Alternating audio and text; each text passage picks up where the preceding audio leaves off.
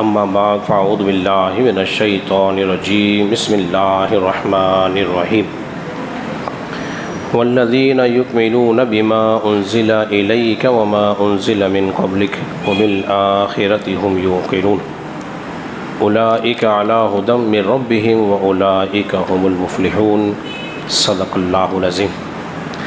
حضرات محترم، آج کی نشست کے اندر آپ حضرات درس قرآن سماعت کریں گے،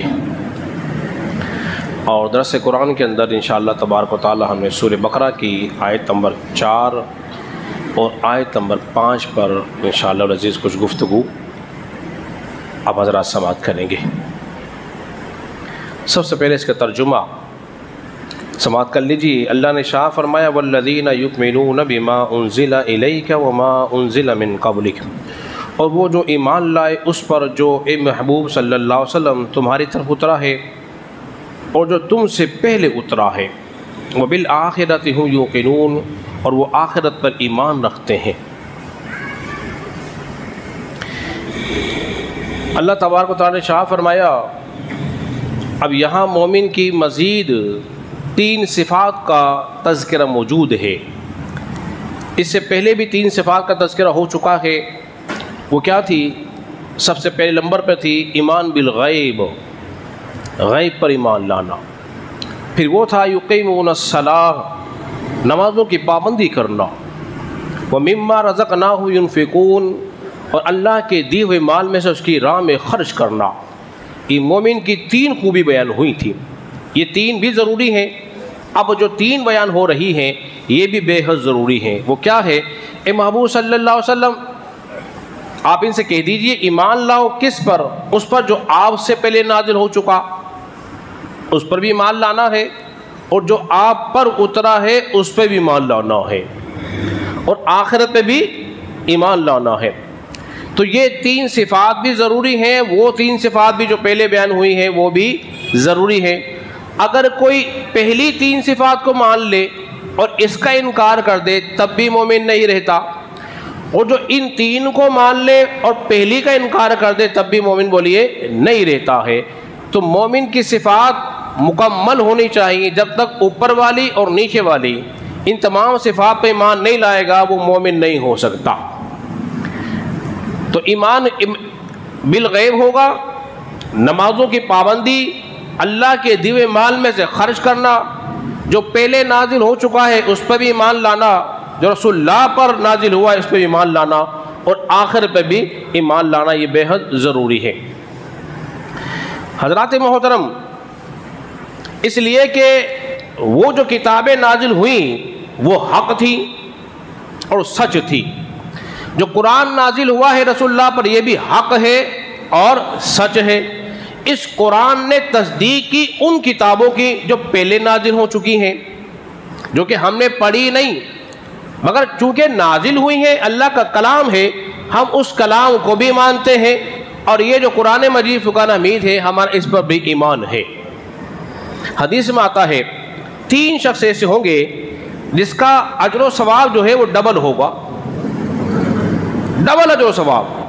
امام بخاری اس کو الادب المفرد کے اندر لے کر آئے، اور تفسیر ابن کثیر کے اندر بھی روایت موجود ہے۔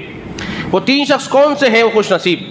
فرمایا پہلا وہ شخص وہ جو اہل کتاب سے ہو، کسی نبی پر ایمان رکھتا ہو، ایک تو یہ، پھر وہ رسول اللہ پہ ایمان لے آئے۔ کتنے ایمان ہو گئے اس کے؟ بولیے 2 ہو گئے۔ کسی نبی پہ ایمان رکھتا تھا یعنی کہ وہ اس کا امتی تھا، پھر رسول اللہ صلی اللہ علیہ وسلم دنیا میں تشریف لائے، حضور نے اعلان نبوت کیا، اس پہ بھی ایمان لے آیا، تو اس کا اجر جو ہے وہ 2 گنا ہے۔ اس کا اجر 2 گنا ہے۔ دوسرے نمبر پر وہ غلام جو اپنے مالک کا حق بھی ادا کرتا ہے، جو اس کا مالک ہے اس کا حق ادا کرتا ہے، جو وہ کہتا ہے اس کے حکم کی مخالفت نہیں کرتا، مگر ساتھ ساتھ وہ اپنے خالق و مالک کا حق بھی ادا کرتا ہے، تو اس کا اجر بھی 2 گنا ہے۔ تیسرا وہ شخص، وہ خوش نصیب جس کے پاس اچھی لونڈی ہو اور وہ اس کی اچھی تربیت کرتا ہو، اس کو ادب سکھائے، ایک، ادب سکھانے کے بعد وہ اس کو آزاد کر دے، دو، آزاد کرنے کے بعد اس سے نکاح کر لے تو رسول اللہ صلی اللہ علیہ وسلم فرماتے ہیں اس کا اجر بھی ڈبل ملے گا۔ یہ تین خوش نصیب ہیں۔ اور یہ جو آیت کریمہ ہے نا والذین یؤمنون بما انزل، اور وہ لوگ جو ایمان لائے جو آپ پر نازل ہوا ہے، یہ ختم نبوت کی دلیل ہے۔ یہ قرآن مجید فرقان حمید کے اندر پہلی دلیل ہے جو ختم نبوت پر دلالت کرتی ہے۔ کس طرح؟ اگر حضور آخری نبی نہ ہوتے، حضور اگر آخری نبی نہ ہوتے تو پھر جانتے ہو کیا ہوتا؟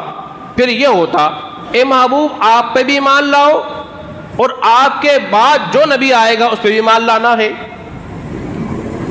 سمجھائی میری بات آپ کے؟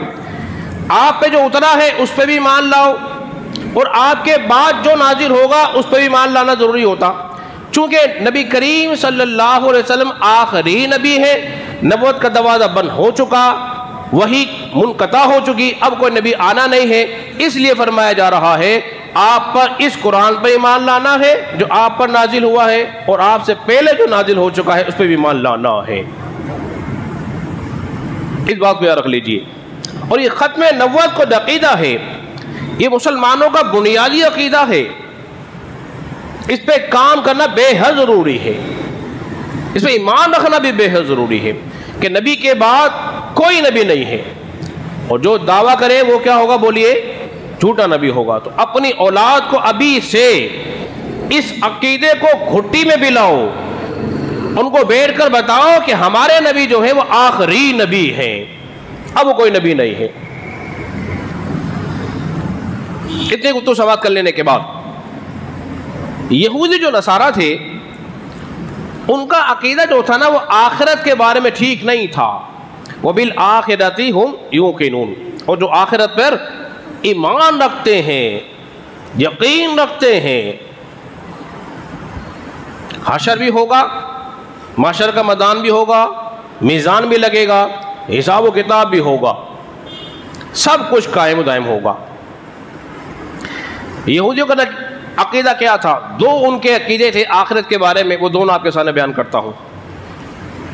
سورہ بقرہ اس کی آیت نمبر 111، یہودیوں نے دعویٰ کیا کہ لگے وَقَالُوا لَن يَدْخُلَ الْجَنَّةَ إِلَّا مَنْ كَانَ هُودًا أَوْ نَصَارَى، جنت میں وہی لوگ داخل ہوں گے جو یہود ہوں گے اور نصارہ ہوں گے۔ کتنا بڑا دعویٰ کیا! جنت میں کون جائے گا؟ جو یہودی ہوگا اور عیسائی ہوگا، اس کے علاوہ کوئی اور نہیں جائے گا، یہ ان کا دعویٰ تھا۔ اللہ نے فرمایا تِلْكَ أَمَانِيُّهُمْ، یہ تو ان کے اپنی ذاتی خیالات ہیں۔ قُلْ هَاتُوا بُرْهَانَكُمْ إِن كُنتُمْ صَادِقِينَ، اگر تم سچے ہو تو کوئی دلیل لے آؤ، تو کوئی دلیل بولیے نہ لا سکے۔ ان کا دوسرا جو باطل عقیدہ تھا وہ کیا تھا؟ کہنے لگے یہودی وَقَالُوا لَن تَمَسَّنَا النَّارُ إِلَّا أَيَّامًا مَعْدُودَةً، یہ سورہ بقرہ ہے، اس کی آیت نمبر 180 ہے اور پہلا سپارہ ہے۔ اب انہوں نے کیا کہا؟ اب کہا وَقَالُوا لَن تَمَسَّنَا النَّارُ إِلَّا أَيَّامًا مَعْدُودَةً، ہم جہنم میں داخل ہوں گے سوائے چند دن کے لیے، گنتی کے دن کے لیے، ہمیں آگ نہیں چھوئے گی سوائے چند روز کے لیے۔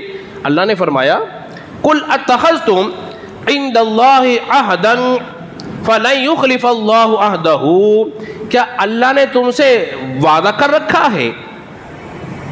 کیا فرمایا محبوب آپ ان سے کہہ دیجئے کہ اللہ نے تم سے وعدہ کر رکھا ہے کہ تم جہنم میں چند دن رہو گے۔ اگر اللہ نے واقعی تم سے وعدہ کر رکھا ہے تو پھر اللہ اپنے وعدے کے خلاف بولیے نہیں کرے گا۔ ام تقولون علی اللہ ما لا تعلمون، اور یہ اللہ پر وہ بات کہتے ہیں جس کا انہیں علم بھی نہیں ہے۔ تو ان کا ایمان ہی نہیں تھا آخرت کے اوپر۔ حضرات محترم، اور آخرت پر ایمان کا ہونا کیا ہے بولیے؟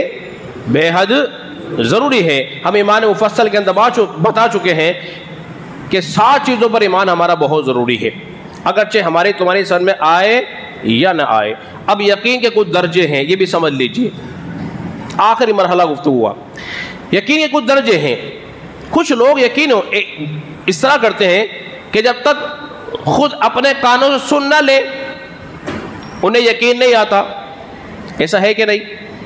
جب تک اپنی آنکھوں سے نہ دیکھ لے انہیں یقین نہیں آتا، اور ایک یقین ہے جسے کہتے ہیں دلالت یقین. کچھ چیزیں دلالت کرتی ہیں. مثال کے طور پر کہیں دھواں ہو رہا ہو، اٹھ رہا ہو، دھوئے کو دیکھ کر دھواں کیا کہیں گے؟ کہیں آگ لگ رہی ہے، تو دھواں دلالت کر رہا ہے آگ کے لگنے پر. اسی طرح جس طرح دھوپ آ رہی ہو، دھوپ چمک رہی ہو، تو آفتاب کے ہونے کا یقین آ جائے گا. تو یہ یقین کے کیا ہے؟ یہ ہے یقین. یقین کچھ درجات ہیں، وہ بھی جان لینا بے حد ضروری ہے. انہی میں سے کیا ہے کہ ایک ہے علم الیقین، علم ہو جائے کسی بات کا. ایک ہے حق الیقین، ایک ہے عین الیقین، آنکھ سے دیکھ کے یقین کر لیتا ہے. کوئی آنکھ سے دیکھ کے یقین کر لیتا ہے. تو یہ علم کے کیا ہے بولیے؟ درجات ہیں، اور ہمیں آخرت پہ یقین رکھنا بے حد ضروری ہے. اس کے بعد اللہ نے ارشاد فرمایا اولئک علی ھدی من ربہم واولئک ھم المفلحون. وہی لوگ ہیں جو اپنے رب کی طرف سے ہدایت پر ہیں، اور یہی لوگ ہیں جو مراد کو پہنچے ہیں. یعنی کہ جن کا تذکرہ ہو چکا ہے، جو اس صفات کے حامل شخص ہوں گے وہی ہدایت پہ ہوں گے. ایمان بالغیب پہ ایمان رکھنے والے، نماز ادا کرنے والے، اللہ کے مال میں سے اس کی راہ میں خرچ کرنے والے، قرآن جو نازل ہوا اس پہ ایمان رکھنے والے، قرآن سے پہلے جو نازل ہو چکا ہے اس پہ ایمان رکھنے والے، آخرت پہ ایمان رکھنے والے. یہ تمام صفات کو بیان کرنے کے بعد اللہ نے فرمایا یہ جو اس صفات کے حامل شخص ہوں گے وہی لوگ کامیاب ہو جائیں گے، وہی مراد کو پہنچیں گے.